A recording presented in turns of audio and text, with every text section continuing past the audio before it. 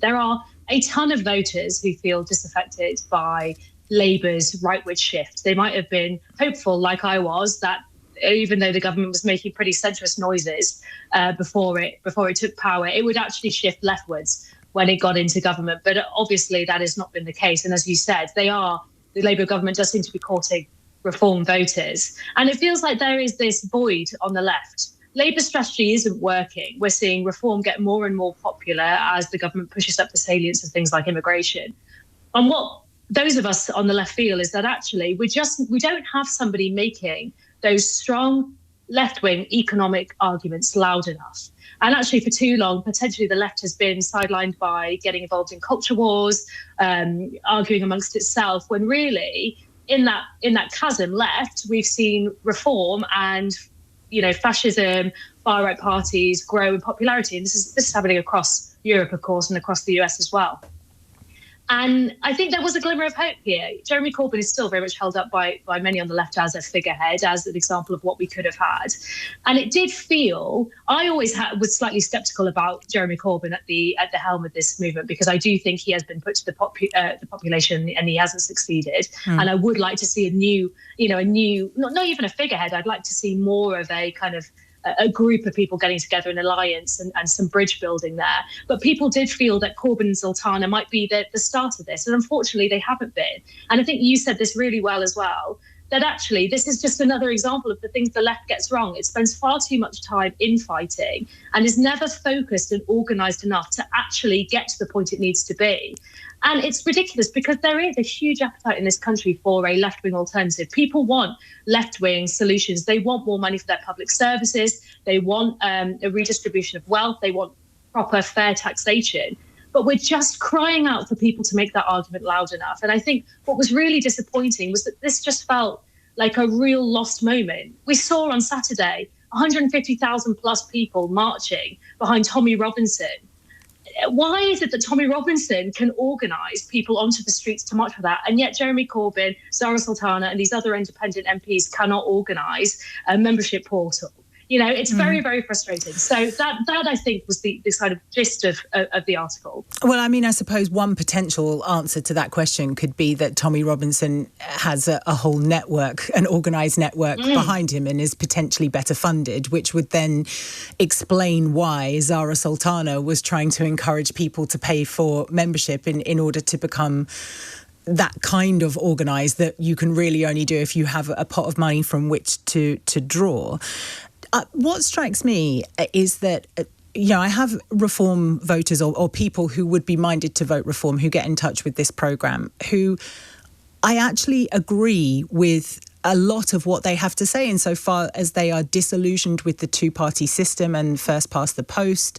They don't think that the current system is working for the vast majority of people, and they want to try something different. So is it that reform is capitalising on a general disillusionment and there is just literally nowhere else for people to go right now? I think that is true to some extent. I mean, if you look at the sort of voters that are moving to reform, they're actually disaffected Conservative voters. So reform is really benefiting from the Tories being in free fall and completely unable to restore their reputation.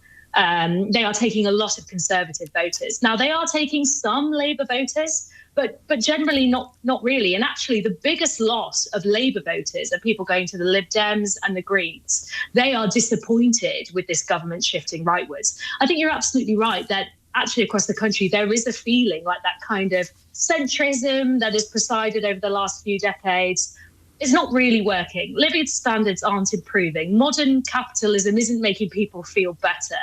And I think, therefore, people are saying, actually, maybe it's time to try something new. And yet this government is still very much kind of tinkering at the edges. I don't think it's the case that people who are progressively minded are thinking, do you know what, I'm going to vote reform. But I do think there is a protest vote, and that is benefiting people who just are shifting away from the centre ground. The Tories are done in many ways, but Labour is hemorrhaging votes to the left. And I think that's why it is a mistake for them to continually seek those reform voters, because those people are not going to come back to Labour. They cannot shift rightwards enough. They are going to go to reform. The best thing Labour can do is try and keep its base energised and turning up for them at an election.